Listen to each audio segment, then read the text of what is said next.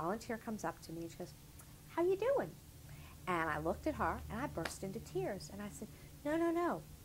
This is wrong. I'm supposed to be you. I'm always the one who works the line. I'm the volunteer that always talks to people, keeps them company, makes them feel good." And I just burst into tears and I said, "I'm not supposed to be standing here. I'm supposed to be you. There's something wrong with this picture." And she put her arm around me and she said, "It's really okay. It's okay." I said, "You know, I'm the one who writes the check to the Red Cross. I'm the one who, I've never been on this side." And it was very, very uncomfortable. I filled out my forms, and when I was finished, I got up to go leave.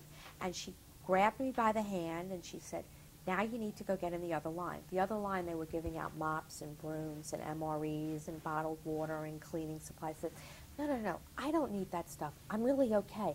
Let other people take it that need it." She goes, "No, I bet you need that stuff." She walked me through the line and she helped me carry all these things back to my house I really did need and I really did use. But it was a very difficult thing for me to do. Applying for my FEMA money was not difficult. Fighting with my insurance company is still not difficult.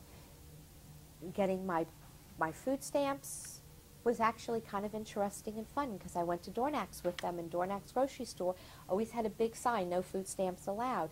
But when people pull up in their Cadillacs and their Mercedes and their BMWs and all they have are the little Louisiana debit card, they took that sign down and everybody else was in line with me with their cards. Really? So that was interesting. That was a change.